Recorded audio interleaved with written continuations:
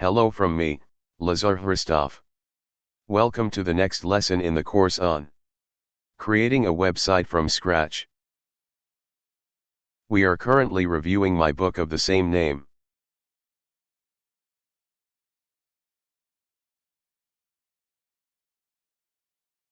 And we are on these chapters, and more precisely, types of layout design, and we will be reviewing the last point of the chapter at the moment.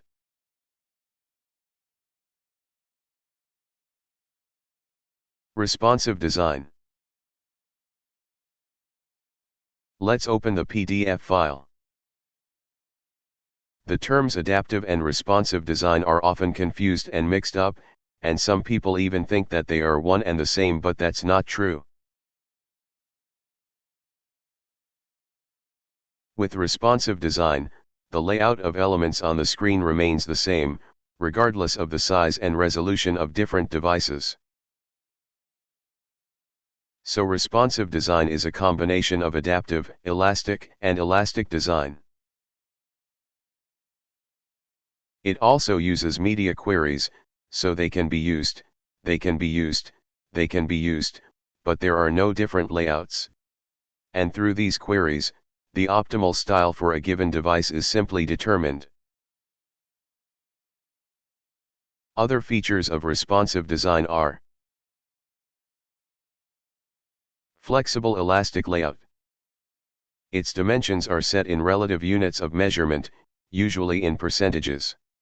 You can also use new CSS technologies, Flexbox or grid layout, and grid-based layout in general. Flexible proportional images. This is usually achieved by giving them a rule with a width of 100%, or a maximum width of 100% and high, auto.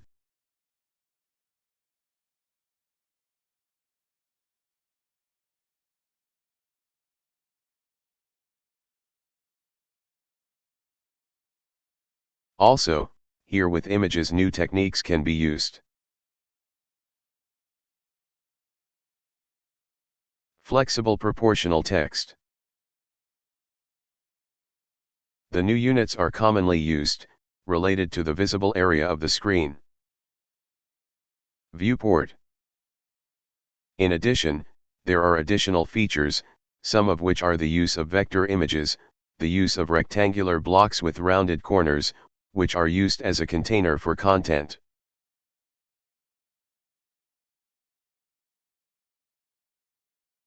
But here's the most negative thing about this type of design, which is the creation and use of minimalist designs, incorporating very few elements.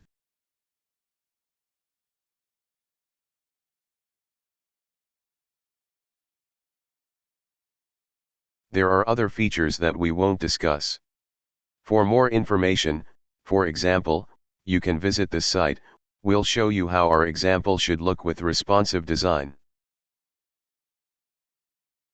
But look, here we have to do the example with only 2 sections. I'm talking about the minimalist design, because there's no way to put 4 sections and do this type of design. Here, you see how it changes in the different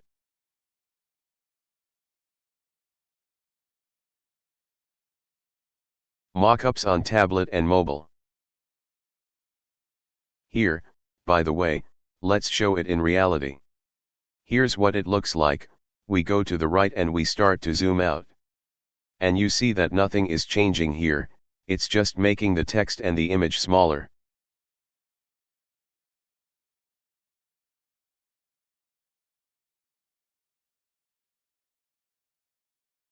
This is, right?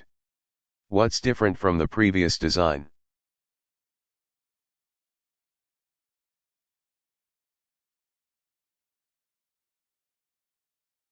However, all of this makes this design very complex to create and implement. It also encourages designers to create such minimalist designs that one cannot tell whether this is actually a website or just some picture with a button on top. But unfortunately, this strange idea that you have to design things to fit the different types of devices that people use to access the internet, different sized phones, tablets and more, has become a thing of the past in recent years design and now as a standard. So we could call this putting the cart before the horse. Instead of creating a nice design for a desktop computer for a large screen with lots of details and visual effects, the creation of minimalist, uniform designs for websites, made as if from a template, which are basically an image and a hamburger menu.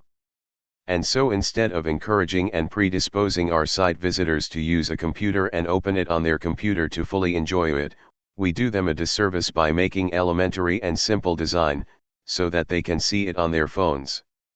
I don't like and I don't approve of this trend, because it limits the freedom of the designer and puts him into strict, narrow frames and restrictions.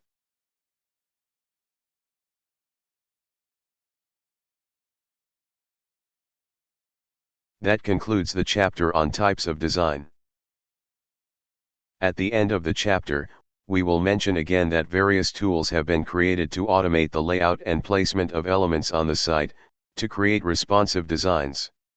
Such types of tools are called frameworks. It can be translated into Bulgarian as a programming system or a working framework. The most popular for HTML are the ones I've written here, but in my opinion they are not suitable for beginners.